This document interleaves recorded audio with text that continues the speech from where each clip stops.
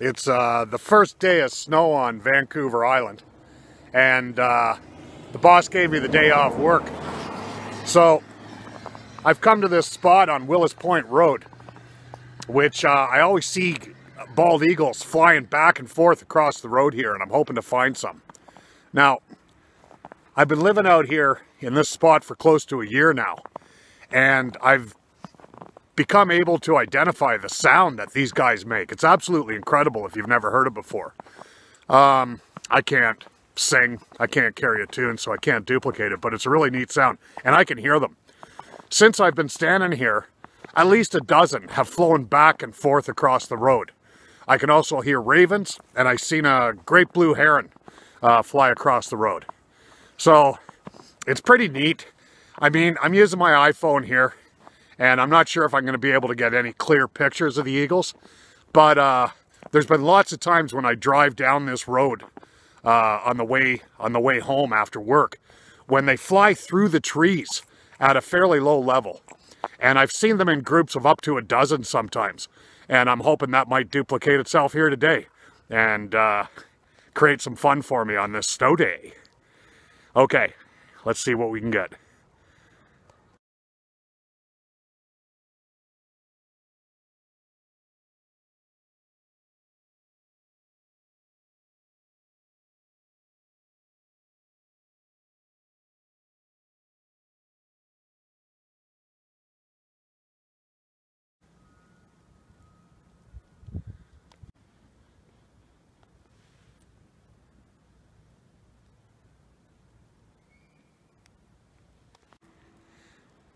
What a magical thing to do.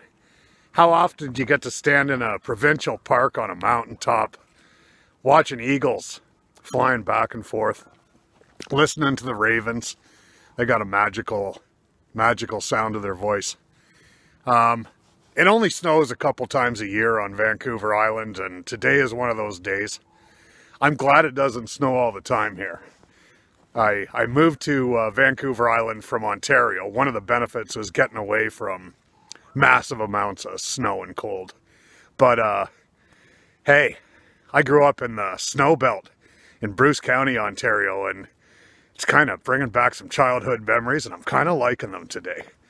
So I don't expect to be creating an award-winning eagle documentary here, but I'm gonna keep taking shots with my little iPhone and just admiring the beauty of these 6-foot wingspan creatures, these bald eagles that are out here in my neighborhood in number. I live a couple miles down the road, just up and over the mountain, and one of the reasons I got such a big smile on my face is because I get to see these beautiful creatures almost every single day of my life.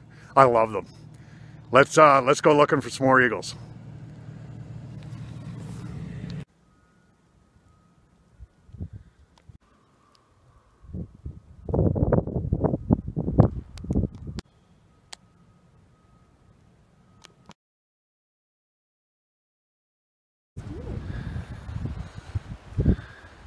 That's the bald eagle. See, one's a hawk here.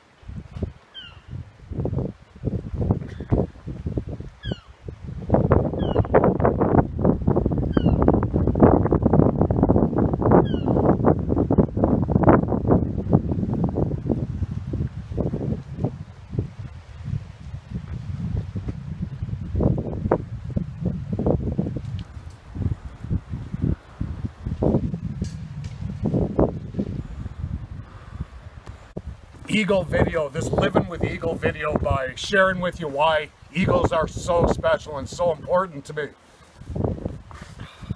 It boils down to a native friend of mine, Marcia, who's from my hometown, and she was from the Saugeen Indian Reserve, and she had been a victim of the 60's scoop, one of the most shameful events my government has ever participated in, whereby they decided that they wanted to annihilate the natives in our country, and that their modus operandi was to take young native kids and remove them from their families and put them into white families, thereby eliminating the Indian from the Indian. That was the strategy. Folks,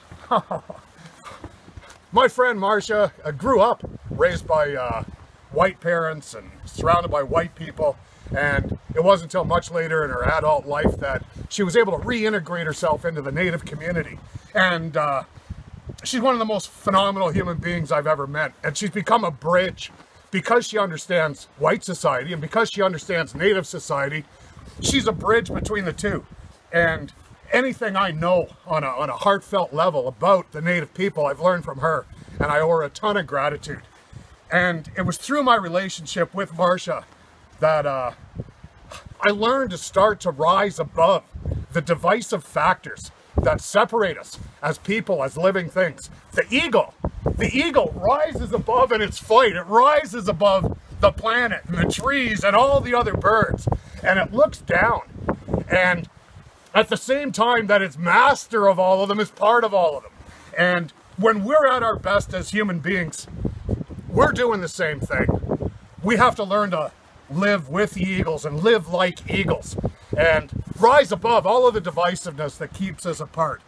5 years ago, when I first moved to the island, I lived just down the coast a little way, and I walked down the coastline, and I found 50 eagle feathers on the shore.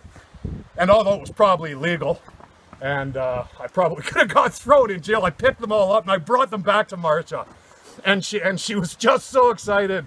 And she washed them in the sink and carefully wrapped them and dried them in paper, and she took them back. And she has a partner. She has a male partner who dances at native dances, and he had the eagle feathers made into part of his costume. When I moved to this property, I received a surprise package in the mail from my friend Marcia, and it was this. And this is a smudger made from eagle feathers, and it's precious to me. It's precious to me. That's a seagull. That's not an eagle. We'll do another video about them another time.